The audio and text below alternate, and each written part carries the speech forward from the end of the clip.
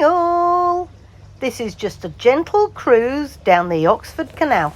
So this is the entrance to the Rugby Wharf arm. On my map there's like a little mooring at the end.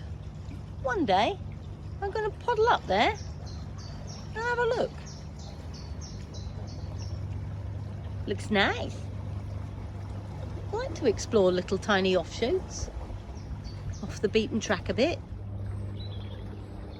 Aqueduct!